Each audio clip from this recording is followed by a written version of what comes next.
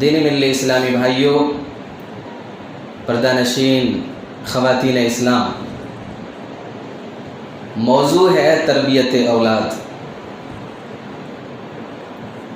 اولاد کی تربیت کے کئی مراحل ہیں، ان میں سے چند ایک آپ نے گزشتہ سے پیوستہ خطبے میں سنا کہ نیک اولاد پانے کے لیے ضروری ہے کہ شوہر اپنے لیے نیک بیوی کا انتخاب کرے۔ یہ گزشتہ خطبے میں آپ نے سنا۔ تھوڑا سا تسلسل کے لیے میں ریوائز کر رہا ہوں۔ نیک اولاد حاصل کرنے کے لیے ضروری ہے کہ نیک بیوی کا انتخاب کرے، اور نیک بیوی کو چاہیے کہ نیک شوہر کا انتخاب کرے، اور ان دونوں کے لیے ضروری ہے کہ وہ پہلے نیک بنے۔ جب ماں باپ نیک ہوں تو اولاد نیک ہوگی، اور ماں باپ نیک ہوں تو ماں باپ کی نیکیوں کا فائدہ آگے چل کر کے مستقبل میں اولاد کو ملتا ہے۔ جیسا کہ آپ نے سنا وَكَانَ أَبُوهُمَا صَالِحًا فَأَرَادَ رَبُّكَ أَن يَبْلُغَا أَشُدَّهُمَا وَيَسْتَخْرِجَا كَنزَهُمَا رَحْمَةً مِّن رَّبِّكَ۔ ان دونوں یتیم بچوں کو فائدہ ملا، خزانہ ملا، صرف اس لیے کیونکہ ان کا باپ نیک تھا۔ اس کے بعد مرحلہ آتا ہے پیدائش کے بعد۔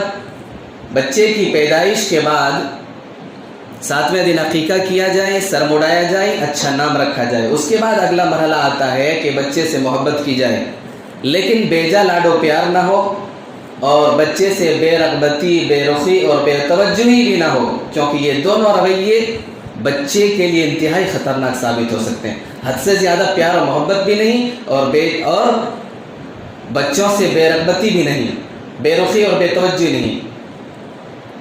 اس کے بعد تربیت کے کیا مراحل ہیں، انہیں بیان کرنے سے پہلے ایک بات اور آپ کے سامنے واضح کر دوں، وہ یہ کہ جاہلانہ اور مشرکانہ رسم و رواج سے متاثر ہو کر کے آج مسلم معاشرے میں یہ دیکھا جاتا ہے کہ بیٹے کی پیدائش پر بڑی خوشی کا اظہار کیا جاتا ہے، جبکہ بیٹی کی پیدائش پر بڑے غم اور غصے کا اظہار کیا جاتا ہے۔ یہ تو زمانہ جاہلیت کا رواج ہے۔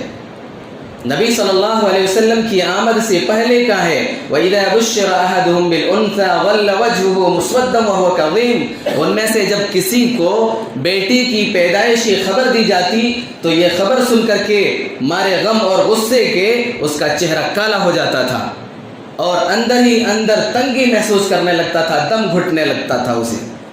تو نبی کائنات صلی اللہ علیہ وسلم انہی جیسے بدترین رسومات کے خاتمے کے لیے تشریف لائے تھے، اور صرف خاتمے کے لیے نہیں بلکہ صنف نازک کو، عورتوں کو وہ مقام اور مرتبہ عطا کیا جو اس کائنات کے کسی بھی دھرم اور مذہب نے وہ مقام نہیں دیا۔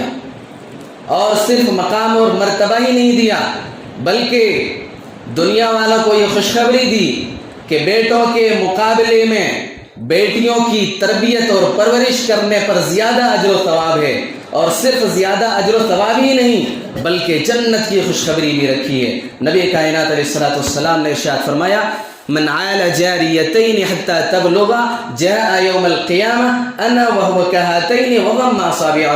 نبی کائنات علیہ الصلوۃ والسلام نے ارشاد فرمایا کہ جس گھر میں 2 بیٹیاں پیدا ہوں اور ان دونوں بیٹیوں کی اچھی پرورش کرے، تعلیم و تربیت کا اہتمام کرے، بیٹیوں کے درمیان عدل و انصاف کرے، یہاں تک کہ جوان ہو جائے اور پھر وہ شادی کرا دے، تو بیٹیوں کی پرورش کرنے والا وہ شخص، وہ باپ اور میں جنت میں اس طرح سے ہوں گے۔ نبی کائنات علیہ الصلوۃ والسلام نے اپنی دونوں انگلیاں اس طرح ملا کر کے ارشاد فرمایا کہ اتنی قربت ہوگی، اتنا قریب ہوگا، یعنی وہ جنت میں میرے ساتھ ہوگا، میری صحبت، میری رفاقت اور میری معیت اسے نصیب ہوگی۔ اور کیا چاہیے؟ جنت مل رہی ہے، جنت کی خوشخبری ہے بیٹی کی پرورش پر۔ ہر انسان کی یہی خواہش ہوتی ہے کہ میں کسی طرح سے مرنے کے بعد ڈائریکٹ جنت چلا جاؤں۔ سب سے بڑی نعمت مل رہی ہے۔ ایک اور حدیث دیکھیں، اما عائشہ رضی اللہ تعالیٰ عنہ فرماتی ہیں ایک مسکین عورت، ایک غریب عورت میرے پاس آئی، اس کے ساتھ اس کی 2 چھوٹی چھوٹی بچیاں تھیں۔ کہا کہ ہم بھوکے ہیں، ہماری بچیاں بھوکی ہیں، کچھ کھانے کو ہے تو دے دیجئے۔ اما عائشہ رضی اللہ تعالیٰ عنہ فرماتی ہیں میرے پاس صرف 3 کھجوریں تھیں، وہ کھجوریں میں نے اس عورت کو دے دی، اس غریب عورت کو۔ اس نے ایک ایک کھجور اپنی بیٹیوں کو دی اور ایک کھجور خود کھانے کے لیے منہ تک لائی، لیکن وہ کھجور بھی بیٹیوں نے مانگ لی۔ خود کھانے کی ضرورت تھی، بھوک لگی تھی، لیکن وہ بھی بیٹیوں نے مانگ لی، تو اس عورت نے انصاف کے دامن کو تھامتے ہوئے اس کھجور کے 2 ٹکڑے کیے اور ایک ٹکڑا دونوں بیٹیوں کو دے دی۔ جب نبی کائنات علیہ الصلوۃ والسلام گھر تشریف لائے تو اماں عائشہ رضی اللہ تعالی عنہا نے پورا واقعہ کہہ کر سنایا، تو آپ صلی اللہ علیہ وسلم نے فرمایا کہ اس عورت نے اپنے اوپر واجب کر لی۔ پوچھا کیا واجب کر لی؟ کہا جنت۔ اللہ اکبر، بیٹیوں کی پرورش پر جنت واجب ہو جاتی ہے۔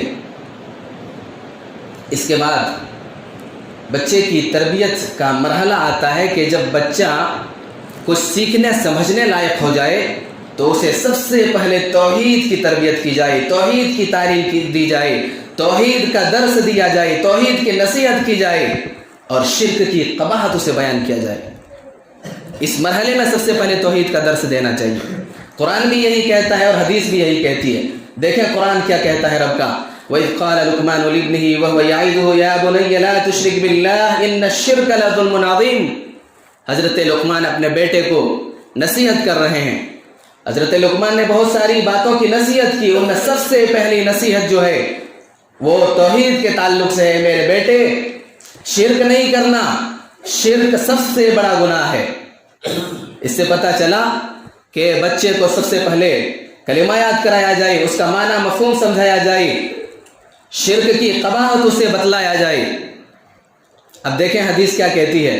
وعن عبد الله بن عباس رضي الله تعالى عنهما قال كنت خلف رسول الله صلى الله عليه وسلم يوما فقال يا غلام إني أعلمك كلمات احفظ الله يحفظك احفظ الله تجده تجاهك وإذا سألت فاسأل الله وإذا استعنت فاستعن بالله واعلم أن الأمة لو اجتمعت على أن ينفعوك بشيء لم ينفعوك بشيء قد كتبه الله لك وَإِنِ اجْتَمَعُوا عَلَىٰ أَن يَضُرُّوكَ بِشَيْءٍ لَمْ يَضُرُّوكَ إِلَّا بِشَيْءٍ قَدْ كَتَبَهُ اللَّهُ عَلَيْكَ رُفِعَتِ الْأَقْلَامُ وَجَفَّتِ الصُّحُفُ۔ حضرت عبداللہ ابن عباس رضی اللہ تعالیٰ عنہما بیان فرماتے ہیں، میں ابھی چھوٹا ہی تھا، آپ صلی اللہ علیہ وسلم کے پیچھے سواری پر بیٹھا ہوا تھا۔ آپ صلی اللہ علیہ وسلم نے مجھ سے مخاطب ہو کر کے فرمایا، اے بچے سن، غور سے سن، میں تجھے چند باتوں کی تعلیم دے رہا ہوں، چند باتیں میں تمہیں سکھلا رہا ہوں، ذہن نشین کر لے اچھی طرح سے۔ سب سے پہلی بات، احفظ اللہ یحفظک، تو اللہ کی حفاظت کر، اللہ تیری حفاظت کرے گا۔ اللہ کی حفاظت کرنے سے مراد اللہ تعالیٰ کے حدود کی حفاظت ہے۔ اللہ نے جن کاموں سے منع کیا ہے ان سے رک جائیں، جن چیزوں کو کرنے کا حکم دیا انہیں کریں۔ تو احفظ اللہ یحفظک کا سب سے پہلی بات یاد رکھے بچے، تو اللہ کے حدود کی حفاظت کر، اللہ تیری حفاظت کرے گا۔ دوسری بات، احفظ اللہ تجدہ تجاہک یا تجاہک، دونوں طرح سے پڑھا گیا کہ تو اللہ کے حدود کی حفاظت کر، اللہ کو تو اپنے سامنے پائے گا۔ اللہ کو اپنے سامنے پانے کا مطلب یہ نہیں ہے کہ اللہ تعالیٰ خود اتر کر کے آ جائے گا سامنے۔ یہ تو صوفیوں کا عقیدہ ہے کہ اللہ تعالیٰ ہر جگہ موجود ہے اپنی ذات کے اعتبار سے، لیکن مسلمانوں کا عقیدہ ہے، اہل سنت والجماعت کا عقیدہ ہے کہ علم کے اعتبار سے اللہ تعالیٰ ہر جگہ موجود ہے، قدرت کے اعتبار سے ہر جگہ موجود ہے، تصرف کے اعتبار سے موجود ہے، ارادے کے اعتبار سے ہر جگہ موجود ہے، لیکن اپنی ذات کے اعتبار سے اللہ عرش پر موجود ہے۔ الرحمن علی العرش استویٰ۔ تو پتہ چلا کہ صوفیوں کا یہ عقیدہ باطل ہے کہ اللہ ہر چیز میں موجود ہے۔ اگر یہ مان لیا جائے ہر چیز میں موجود ہے تو نعوذ باللہ کتے میں بھی موجود ہے، سور میں بھی موجود ہے، نعوذ باللہ من ذالک۔ تو احفظ اللہ تجدہ تجاہک، تو اللہ کی حدود کی حفاظت کر، اللہ کو تو اپنے سامنے پائے گا، ہر موڑ میں اللہ رب العزت تیری مدد کرے گا۔ اور تیسری بات سن اور یاد رکھے بچے، اذا سألت فاسأل اللہ، جب مانگنا ہو تو رب سے مانگنا، اپنے رب سے، کسی اور سے مت مانگنا۔ اس لیے اپنے بچوں کے ذہن میں یہ بات اچھی طرح سے ذہن نشین کرا دیں کہ دینے والا اللہ ہے اور لینے والا بھی اللہ ہے، اللہ کے علاوہ کوئی نہ دے سکتا ہے، نہ چھین سکتا ہے، نہ لے سکتا ہے۔ اللہ رب العزت کہتا ہے مجھ سے مانگو میں تمہیں دوں گا۔ کیا کوئی دنیا کا، کائنات کا بڑا سے بڑا شہنشاہ اور بادشاہ کہتا ہے کہ مجھ سے مانگو میں تمہیں دوں گا؟ اللہ کہتا ہے مجھ سے مانگو میں تمہیں خوش ہو کر کے دوں گا۔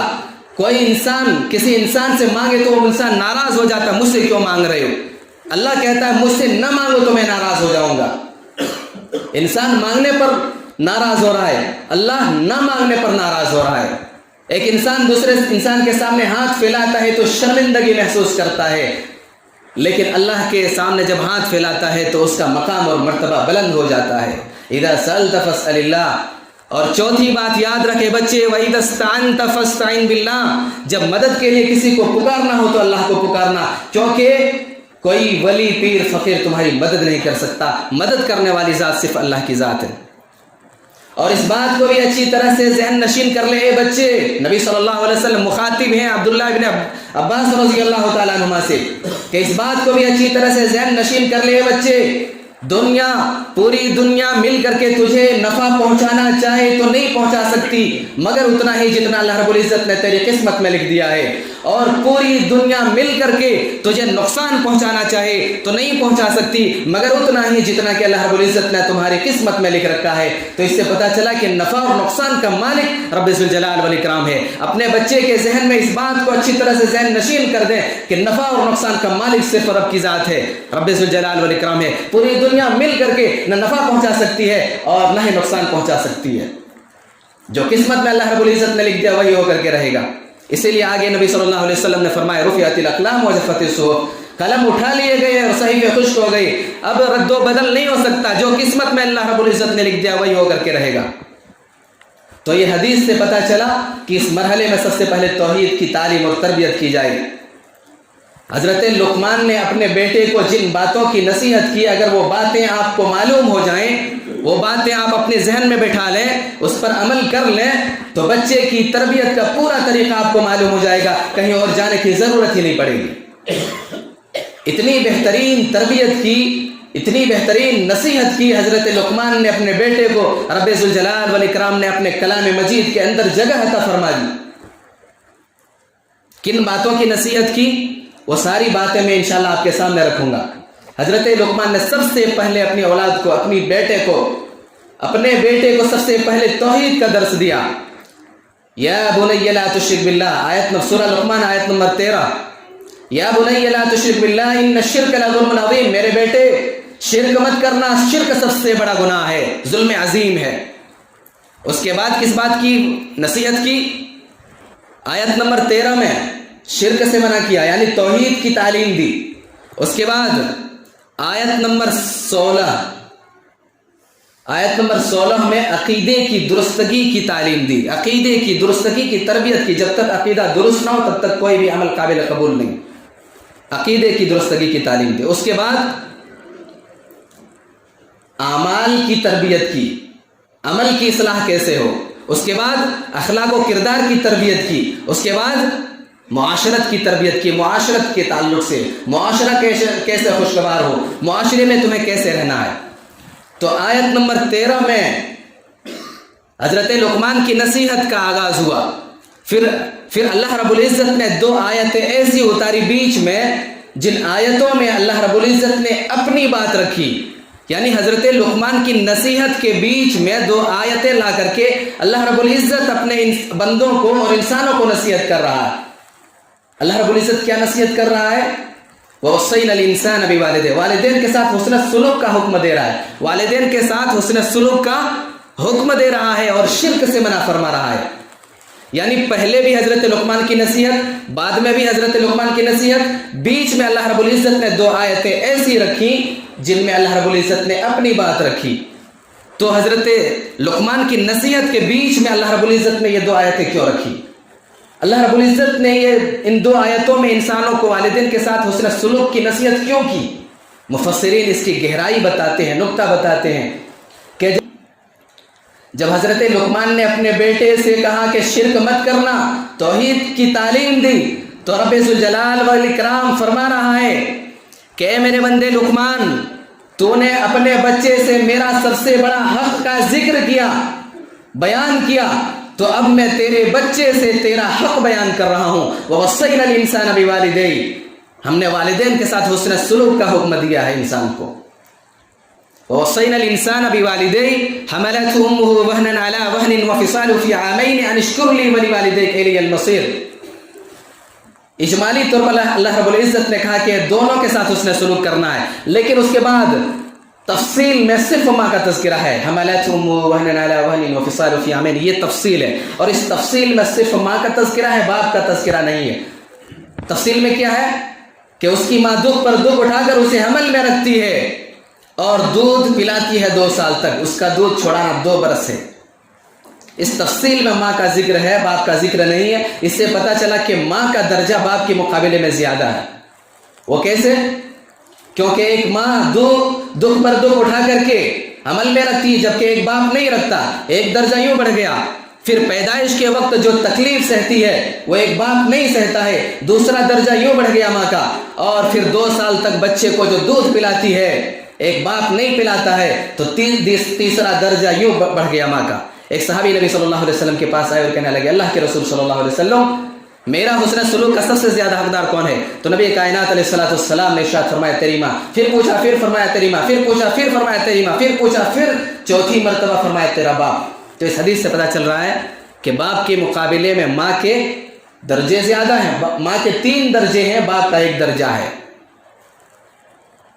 پھر آگے اللہ فرماتا ہے انشکر لی ولوالدیک الی المصیر، انسان کو نصیحت کر رہا ہے اللہ رب العزت کہ انسان تو میرا شکریہ ادا کر اور اپنے ماں باپ کا شکریہ ادا کر۔ میرا اس لیے کیونکہ میں خالق حقیقی ہوں، تمہارا پروردگار ہوں۔ اپنے ماں باپ کا شکریہ ادا اس لیے کر کیونکہ وہ خالق مجازی ہیں، تمہارا اس دنیا میں آنے کا سبب بنے ہیں اور بہت زیادہ تکلیفیں برداشت کی ہیں۔ الی المصیر، اے انسان تمہارا لوٹ کر کے میری طرف آنا ہے، میرے پاس آنا ہے، کہیں اور راستہ نہیں ہے۔ الی المصیر کر کے اللہ رب العزت انسان کو یہ کہہ رہا ہے کہ اگر تم نے والدین کے ساتھ حسن سلوک نہیں کیا، والدین کی نافرمانی کی، تو یاد رکھنا ہے انسان تمہارا لوٹ کر کے میری طرف آنا، میں تمہیں بتا دوں گا، میں تمہیں عذاب کا مزہ چکھاؤں گا۔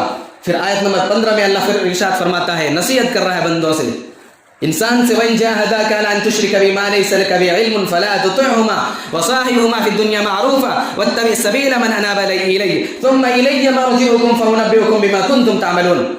اے انسان، اگر تمہارے ماں باپ تجھے اس بات پر دباؤ ڈالے کہ تو میرے ساتھ شرک کر جس کا تجھے علم نہ ہو، تو ان کا کہنا نہ ماننا، ماں باپ کا کہنا نہ ماننا، لیکن ان کے ساتھ اچھی طرح سے بسر کرنا اس دنیا میں، اور اس کی راہ چلنا جو میری طرف جھکا ہوا، اس صراط مستقیم پر چلنا۔ تمہارا سب کا لوٹ کر کے میرے ہی پاس آنا ہے، تمہارے ماں باپ کا بھی اور تمہارا بھی لوٹ کر کے میری ہی طرف آنا ہے۔ اگر تمہارے ماں باپ نے تمہیں شرک کی دعوت دی اور تم نے شرک کر لیا، تو تمہارا سب کا لوٹ کر میری ہی طرف آنا ہے، کہیں اور نہیں جا سکتے۔ فَأُنَبِّئُكُم، میں تمہیں بتا دوں گا اس وقت اگر شرک کیا۔ اس آیت میں اللہ رب العزت دھمکی دے رہا ہے، بتلا رہا ہے کہ تمہارے والدین کے اتنے سارے حقوق ہونے کے باوجود بھی پہلے میرا حق ہے، میرا حق مقدم ہے، پہلے میرا حق ادا کرو، اور میرا حق یہ ہے کہ میرے ساتھ کسی کو شریک نہ کیا جائے۔ اگرچہ وہ تمہارے ماں باپ ہی کیوں نہ حکم دے، اگر تمہارے ماں باپ شرک کی دعوت دے اور تم شرک کر بیٹھو، فَأُنَبِّئُكُم، تو یاد رکھنا تمہارا سب کا لوٹ کر کے میری طرف آنا، تمہارے ماں باپ کو بھی اور تمہیں بھی مزہ چکھاؤں گا، کیونکہ وہ تمہارے ماں باپ تمہیں شرک کی دعوت دے رہے ہیں۔ ان 2 آیتوں میں اللہ رب العزت نے اپنی نصیحت کی، اپنی بات رکھی۔ اب آیت نمبر 16 سے پھر حضرت لقمان کی نصیحت کو کنٹینیو کر رہا اللہ رب العزت۔ آیت نمبر 13 میں حضرت لقمان کی نصیحت ہے شرک کے تعلق سے، توحید کے تعلق سے۔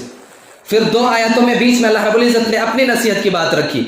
اس کے بعد آیت نمبر 16 سے پھر حضرت لقمان کی نصیحت کو کنٹینیو کر رہا ہے۔ حضرت لقمان نے دوسری نصیحت کیا کی اپنے بیٹے کو؟ یا بنی انہا ان تک مثقال حبۃ من خردل فتکن فی صخرۃ فی السماوات او فی الارض یأتی بها اللہ ان اللہ لطیف خبیر۔ توحید کی تعلیم دینے کے بعد حضرت لقمان اپنے بیٹے سے فرما رہے ہیں، اے میرے بیٹے، جہاں تک عمل کا معاملہ ہے تو یہ مت سمجھنا کہ تو نے کوئی ایسی خطا کر لی، کوئی ایسا گناہ کا کام انجام دے دیا کسی ایسی جگہ پر جہاں تو سمجھتا کوئی نہیں دیکھ رہا ہے۔ اگرچہ دنیا کی تمام آنکھیں نہ دیکھ رہی ہوں، لیکن ایک ذات ہے جو برابر تجھے دیکھ رہی ہے، تیرے اعمال کی طرف دیکھ رہی ہے۔ وہ عمل چاہے رائی کے دانے کے برابر کیوں نہ ہو، پھر وہ عمل کسی فتکن فی صخرہ، وہ کسی چٹان کے اندر کیوں نہ ہو، او فی السماوات، وہ عمل چاہے دوری میں آسمانوں کے اوپر کیوں نہ ہو، او فی الارض، یا وہ عمل گہرائی میں زمین کے اندر کیوں نہ ہو، اللہ رب العزت دیکھ رہا ہے. ایسی نگاہ کسی کے پاس نہیں ہے سوائے اللہ کے. اللہ رب العزت دیکھ رہا ہے، اسے علم ہے اس تمہارے اس عمل کا. یأتی بہ اللہ، اللہ رب العزت اس عمل کو کل قیامت کے دن لے آئے گا.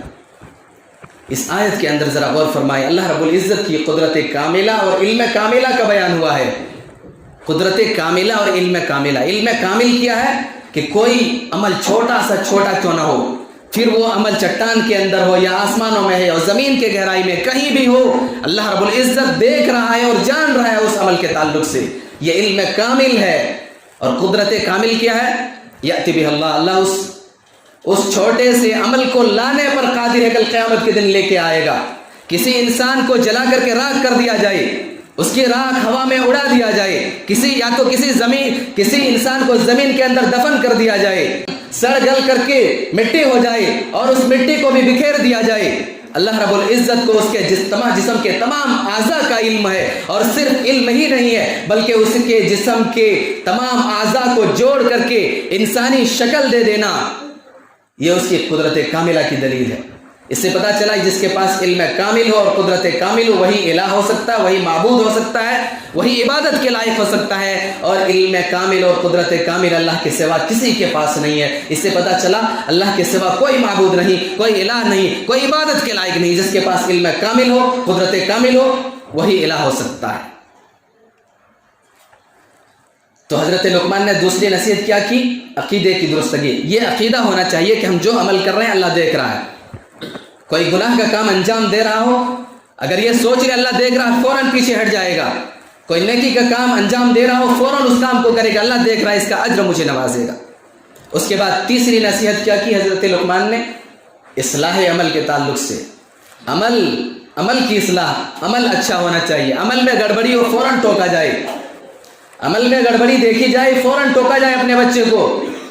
حضرت ابو ہریرہ رضی اللہ تعالیٰ عنہ بیان فرماتے ہیں، حضرت حسن بن علی رضی اللہ تعالیٰ عنہما نبی صلی اللہ علیہ وسلم کے نواسے صدقہ کے کھجوروں میں سے کھجور اٹھا کر کے اپنے منہ میں ڈال لیتے ہیں. نبی صلی اللہ علیہ وسلم نے جب دیکھا فوراً ٹوکا کہ جلدی سے تھوک دے، اسے تھوک دیا. نبی صلی اللہ علیہ وسلم نے فرمایا کیا تمہیں معلوم نہیں ہم صدقہ نہیں کھاتے؟ صدقہ ہمارے اوپر حرام ہے، خاندان رسول اور اہل بیت پر صدقہ حرام ہے، کیا تمہیں معلوم نہیں ہے؟ اس سے پتہ چلا کہ عمل میں گڑبڑی دیکھی جائے فوراً ٹوکا جائے. اور اس سے یہ بھی پتہ چلا کہ حلال اور حرام کی تمیز سکھائی جائے. کوئی ایک لقمہ بھی حرام کا ایک لقمہ بھی منہ کے اندر نہ جانے پائے. یہاں انسان خود یہ نہیں دیکھتا ہے کہ حلال کما رہا ہے یا حرام طریقے سے کما رہا ہے. اپنے بچے کی تربیت کا کیا کرے، اپنے بچے کی تربیت کیسے کرے، حلال و حرام کی تمیز کیا سکھائے. حضرت لقمان نے اپنے بیٹے کو تیسری نصیحت کیا کی اصلاح عمل کے تعلق سے؟ یا بنی اقیم الصلاۃ وامر بالمعروف وانہی عن المنکر واصبر علی ما اصابک ان ذلک من عزم الامور. اے میرے بیٹے نماز قائم کرنا. انسان جب خود نمازی ہو تو اپنی اولاد کو نمازی بناتا ہے. میرے بیٹے نماز قائم کرنا. وامر بالمعروف وانہی عن المنکر، اور لوگوں کو بھلائی کا حکم دے اور برائی سے روک. لوگوں کو بھلائی کا حکم دینا اور برائی سے روکنا، یہ دونوں کام نہایت مشکل کام ہے. ہر کوئی یہ کام نہیں کر سکتا، کیونکہ بھلائی کا حکم دینے اور برائی سے روکنے کے لیے ضروری ہے کہ انسان پہلے خود اس لائق بنے، خود بعمل بنے، نیک بنے، خود برائیوں سے دور ہو. جب اس لائق ہو جاتا ہے انسان تب وہ جا کر کے دوسروں کو بھلائی کا حکم دے سکتا ہے اور برائی سے روک سکتا ہے. لیکن خود بعمل بننے کے باوجود اپنے آپ کو برائیوں سے دور رکھنے کے بعد بھی یہ کام نہایت مشکل ہے. انسان خوب نیک ہے، بعمل ہے، برائیوں سے دور ہے، لیکن پھر بھی بھلائی کا حکم دینا اور برائی سے روکنا یہ کام بہت مشکل کام ہے. یہ کام کیوں مشکل ہے؟ بھلائی کا حکم دینا اور برائی سے روکنے کے لیے بہت زیادہ تان و تشنیع کا سامنا کرنا پڑتا ہے. آپ کو کڑوی کسیلی باتیں سننی پڑ سکتی ہے، بسا اوقات آپ کو مار بھی کھانا پڑ سکتا ہے. حضرت لوط علیہ السلام نے اپنے قوم کے لوگوں کو برائی سے روکنا چاہا، بدفعلی سے روکنا چاہا، تو قوم کے لوگوں نے کہا دیکھو یہ بڑا پاک باز بنا پھرتا ہے، دیکھو یہ بڑا پاک باز بن رہا ہے، لئن لم تنتهي يا لوط لئن لم تنتهي يا لوط لتكونن من المخرجين. اے لوط اگر تو باز نہیں آیا تو ہم تجھے اپنی بستی سے نکال دیں گے. تو کون ہوتا ہے ہمیں ٹوکنے والا؟ ہم جو کچھ کر رہے ہیں ہم صحیح کر رہے ہیں. تو کون ہوتا ہے ہمیں سیدھی راہ بتلانے والا؟ ہم جو کام کر رہے ہیں ہم ٹھیک کر رہے ہیں, ہمیں چھوڑ دو. اور یاد رکھو آج آئندہ سے کبھی نصیحت نہیں کرنا. تو باز نہیں آیا تو ہم تجھے اپنی بستی سے نکال دیں گے. تان و تشنی کا سامنا کرنا پڑ سکتا ہے. بھلائی کا حکم دینا اور برائی سے روکنا بہت مشکل کام ہے. مار بھی کھانا پڑ سکتا ہے. نبی کائنات علیہ الصلوۃ والسلام طائف کی بستی میں لوگوں کو دنیاوی اور اخروی زندگی کی کامیابی کا راز بتانے گئے. لوگوں کو توحید کی دعوت دینے گئے, شرک سے منع کرنے کے لیے گئے. تو طائف کے لوگوں نے آپ صلی اللہ علیہ وسلم کو مارا پیٹا, آپ صلی اللہ علیہ وسلم کو زد و کوب کیا, آپ صلی اللہ علیہ وسلم کو اتنا مارا کہ آپ صلی اللہ علیہ وسلم کا پورا جسم خون سے لہو نہان ہو گیا, خون آلود ہو گیا. اتنی تکلیف ہوئی, شدت الم سے نڈھال ہو کر کے آپ صلی اللہ علیہ وسلم بے ہوش ہو کر گر پڑے. جب ہوش آیا تو پہاڑوں پر مقرر فرشتے آپ صلی اللہ علیہ وسلم کے سامنے موجود تھے.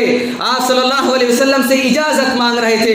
اے اللہ کے رسول صلی اللہ علیہ وسلم, اگر آپ چاہیں بدلہ لینا چاہیں تو آپ حکم دیجئے, ہم دونوں پہاڑوں کے درمیان ان کو رکھ کر کے پیس ڈالیں گے, صفحے ہستی سے ان کو مٹا دیں گے. لیکن نبی کائنات علیہ الصلوۃ والسلام نے کیا فرمایا؟ ارجو ان یخرج اللہ عز وجل من اصلابہم من یعبد اللہ عز وجل وحدہ لا یشرک به شیئا. مجھے امید ہے کہ اللہ تعالیٰ ان کی پشتوں سے ایسی اولاد پیدا کرے گا جو ایک اللہ کی پرستش کرنے والی ہوگی, جو ایک اللہ کی بندگی اور عبادت کرنے والی ہوگی اور اس کے ساتھ کسی کو شریک نہیں کرے گی. نبی صلی اللہ علیہ وسلم نے صبر کیا. نبی کائنات علیہ الصلوۃ والسلام نے بدلہ نہیں لیا, صبر کیا نبی صلی اللہ علیہ وسلم نے. اگر صبر اور صبر کا نتیجہ کیا ہوا معلوم ہے؟ چند سالوں کے بعد پورا طائف اسلام کے اندر داخل ہو گیا. اللہ اکبر. اگر آپ صلی اللہ علیہ وسلم صبر نہ کیے ہوتے تو کیا ایمان اور اسلام طائف کے لوگوں کو نصیب ہوتا؟ اسی وقت ان کو مٹا دیا جاتا اس صفحے ہستی سے. لیکن صبر کیا نبی کائنات علیہ الصلوۃ والسلام نے. اسی لیے حضرت لقمان آگے فرما رہے ہیں وَاصْبِرْ عَلَىٰ مَا أَصَابَكَ. اے میرے بیٹے نماز قائم کرنا, بھلائی کا حکم دینا اور برائی سے روکنا, بھلائی کا حکم دینے اور برائی سے روکنے پر جو تمہیں تکلیف آئے اس پر صبر کرنا. وَاصْبِرْ عَلَىٰ مَا أَصَابَكَ. تکلیف آئے اس راہ میں تو صبر کرنا. إِنَّ ذَلِكَ مِنْ عَزْمِ الْأُمُورِ. کیونکہ صبر کرنا بڑے حوصلے کی, عزم کی بات ہے, بڑے جگر کی بات ہے. ہر کسی کے پاس بڑا کلیجہ نہیں ہوتا کہ وہ صبر کر سکے. اس کے بعد حضرت لقمان نے اصلاح عمل کے تعلق سے نصیحت کی, اس کے بعد اخلاق و کردار کے تعلق سے نصیحت کی. سب سے پہلی نصیحت کیا تھی؟ توحید کے تعلق سے, اس کے بعد عقیدے کی درستگی کے تعلق سے, اس کے بعد اصلاح عمل کے تعلق سے, اس کے بعد اخلاق و کردار کی تربیت کر رہے ہیں. ولا تصعر خدك للناس ولا تمشي في الارض مرحا ان الله لا يحب كل مختال فخور. اے میرے بیٹے, جب تو لوگوں سے ملے تو اپنی گردن ٹیڑھی کر کے مت ملنا. جب تو لوگوں سے ملے تو اپنا منہ بنا کر کے, گال کھلا کر کے مت ملنا. زمین میں اکڑ کر کے مت چلنا, کیونکہ یہ دونوں چیزیں کبر کی علامت ہے, غرور کی علامت ہے, تکبر کی علامت ہے. اسی لیے آگے اللہ فرماتا ہے ان اللہ لا يحب كل مختال فخور. اللہ تعالیٰ شیخی خوروں کو, متکبروں کو اللہ پسند نہیں فرماتا ہے. جب ایک مسلمان دوسرے مسلمان سے ملے تو کیسے ملنا چاہیے؟ انہوں نے نصیحت کی کہ جب ملنا ہو تو گردن ٹیڑھی کر کے مت ملنا. اس طرح کسی سے ملنا ہو تو کیسے ملنا؟ نبی کائنات علیہ الصلوۃ والسلام نے کہا ایک مسلمان جب دوسرے مسلمان سے ملے تو سلام کرے. بے شمار فوائد ہیں, وہ موقع بھی نہیں ہے, بے شمار فوائد ہیں, ثواب ہے. نبی صلی اللہ علیہ وسلم نے فرمایا مسکراتے ہوئے چہرے سے ملو. مسکراتے ہوئے چہرے سے ملنا یہ صدقے کا ثواب ہے. اگر انسان کے پاس کوئی ایسی چیز نہیں ہے جو اللہ کی راہ میں صدقہ کر سکے تو انسان مسکرا تو سکتا ہے. انسان کے پاس کچھ نہیں ہے خرچ کرنے کے لیے, کیا اس کے پاس چہرہ نہیں ہے, مسکراتا ہوا چہرہ؟ مسکرا تو سکتا ہے. معمولی چیزوں میں اللہ رب العزت نے ہمارے لیے اجر و ثواب رکھا ہے, لیکن ہم بدقسمتی سے ان ثوابوں کو ہم ضائع کر رہے ہیں. مسکراتے ہوئے چہرے سے ملو, تمہیں اجر و ثواب ملے گا. کبر و غرور کی علامت ہے کہ گردن ٹیڑھی کر کے ملنا، منہ بنا کر کے ملنا، منہ کھلا کر کے ملنا، کتنا اجر و ثواب ہے. مسکراتے ہوئے چہرے سے مل رہا ہے، سلام کر کے مل رہا ہے، اجر و ثواب میں اضافہ ہو رہا ہے. لیکن اس کے برخلاف، اس کے برعکس اپوزٹ ایک شخص اپنی گردن ٹیڑھی کر کے مل رہا ہے، تو یہ جو اس کو جو عمل صالح مل رہا ہے، اجر و ثواب کا مستحق بن رہا ہے، کیا یہ اسے اجر و ثواب مل رہا؟ نہیں. یہ تو اجر و ثواب ملنے سے رہا، اس کے پاس جو پہلے سے عمل صالح اسٹاک تھا، پہلے سے جمع تھا، وہ بھی ختم ہو گیا گردن ٹیڑھی کر کے ملنے کی وجہ سے. کیونکہ کبر کی علامت ہے، اور جس کے دل میں کبر ہو اس کے تمام اعمال بیکار ہو جاتے ہیں. لا يدخل الجنہ من كان في قلبه مثقال ذرة من کبر، جس کے دل میں رائی کے دانے کے برابر ہو وہ جنت میں نہیں جا سکتا. بھلا وہ کوئی انسان اپنے سینے میں کبر لیے ہوئے جنت میں کیسے جا سکتا ہے، جبکہ ابلیس کو کبر کی وجہ سے جنت سے ہمیشہ ہمیشہ کے لیے نکال دیا گیا؟ کیسے جا سکتا ہے؟ تو مسکراتے ہوئے چہرے سے، خوشکن چہرے سے ملنا چاہیے، سلام کر کے ملنا چاہیے. پہلے سے جو عمل اسٹاک ہے وہ تو محفوظ ہی ہے، اور مزید نیکیوں میں اضافہ ہو گیا. اور جو اس کے اپوزٹ ملا، چہرے بنا کر کے ملا، کبر و غرور کے ساتھ ملا، تو اسے یہ ثواب ملنے سے رہا، اس سے پہلے اس کے پاس جو عمل اسٹاک تھا وہ بھی ختم ہو گیا. تو اے میرے بیٹے، زمین پہ آ کر کے مت چلنا. اللہ تعالیٰ کو ایسے لوگ پسند نہیں ہیں. اور آخری بات کی جو انہوں نے نصیحت کی معاشرت کے تعلق سے، معاشرہ کیسے خوشگوار ہوگا، معاشرے میں لوگوں کے سامنے کیسے رہنا ہے. وَاقْصِدْ فِي مَشْيِكَ وَاغْضُضْ مِنْ صَوْتِكَ إِنَّ أَنْكَرَ الْأَصْوَاتِ لَصَوْتُ الْحَمِيرِ. اے میرے بیٹے، اپنی چال میں درمیانہ اور میانہ روی اختیار کرنا. مریض کی طرح سست رفتار میں مت چلنا، اور دوڑنا بھاگنا بھی نہیں. اعتدال اور میانہ روی اختیار کرنا. رحمان کے بندے کیسے چلتے ہیں؟ وَعِبَادُ الرَّحْمَنِ الَّذِينَ يَمْشُونَ عَلَى الْأَرْضِ هَوْنًا. رحمان کے بندے زمین میں نرمی اور وقار کے ساتھ چلتے ہیں، عزت کے ساتھ چلتے ہیں. تو پتہ چلا دوڑنا، بلا وجہ دوڑنا بھاگنا، یہ عزت اور وقار کے خلاف ہے. جہاں دوڑنے کی ضرورت ہے وہاں انسان دوڑ سکتا ہے، ایکسرسائز کے لیے. کھیل کے میدان میں گاڑی چھوٹ رہی دوڑ سکتا ہے ضرورت کے وقت، لیکن بلا وجہ دوڑنا انسان کیا سمجھیں گے لوگ؟ پاگل ہو گیا. تو وقصد فی مشیک، اپنی چال میں میانہ روی اختیار کرنا. وغضض من صوتک، اے میرے بیٹے اپنی آواز کو پست رکھنا. خواہ چلا چلا کر کے مت بولنا. چلا چلا کر کے بولنے کی بھی کچھ مقامات ہیں. ضرورت پڑنے پر انسان چلا سکتا ہے. مجمع بڑا ہو، مائک نہیں ہے تو اپنی بات پہنچانے کے لیے انسان چلا سکتا ہے. کوئی دور کھڑا ہے اسے پکارنا ہو تو چلا سکتا ہے. علمی باتیں کہنے کے لیے انسان چلا سکتا ہے. لیکن خواہ مخواہ اور بلا وجہ کوئی چلا کر کے بات نہ کرے. اپنے بیٹے کو نصیحت کر رہے ہیں حضرت لقمان. وغضض من صوتک، اپنی آواز کو پست رکھنا. ان انکر الاصوات لصوت الحمیر. ہے میرے بیٹے، اگر چلا چلا کر کے زور زور سے بات کرنا اگر یہ پسندیدہ ہوتا تو سب سے بہترین آواز گدھے کی ہوتی. لیکن ایسا نہیں ہے. اس دنیا کے اندر تمام مخلوقات میں سب سے بدترین آواز اور ناپسندیدہ اور کری آواز کسی کی ہے تو کس کی ہے؟ گدھے کی آواز. تو یہ حضرت لقمان کی نصیحت تھی. توحید کی سب سے پہلی نصیحت توحید کی، توحید کے تعلق سے. اس کے بعد اللہ رب العزت نے نصیحت کی 2 آیتوں کے درمیان والدین کے ساتھ حسن سلوک کا حکم دیا، اور پھر شرک سے منع کیا. اس کے بعد آیت نمبر 16 سے پھر حضرت لقمان کی نصیحت کو کنٹینیو کیا گیا، یعنی عقیدے کی درستگی کی تربیت کی. اس کے بعد اعمال کے تعلق سے تربیت کی. اس کے بعد اخلاق و کردار کے تعلق سے تربیت کی. اس کے بعد معاشرت کے تعلق سے تربیت کی. اللہ رب العزت سے دعا کرتے ہیں رب ذوالجلال والاکرام تو ہمیں بچوں کی صحیح تربیت کرنے کی توفیق عطا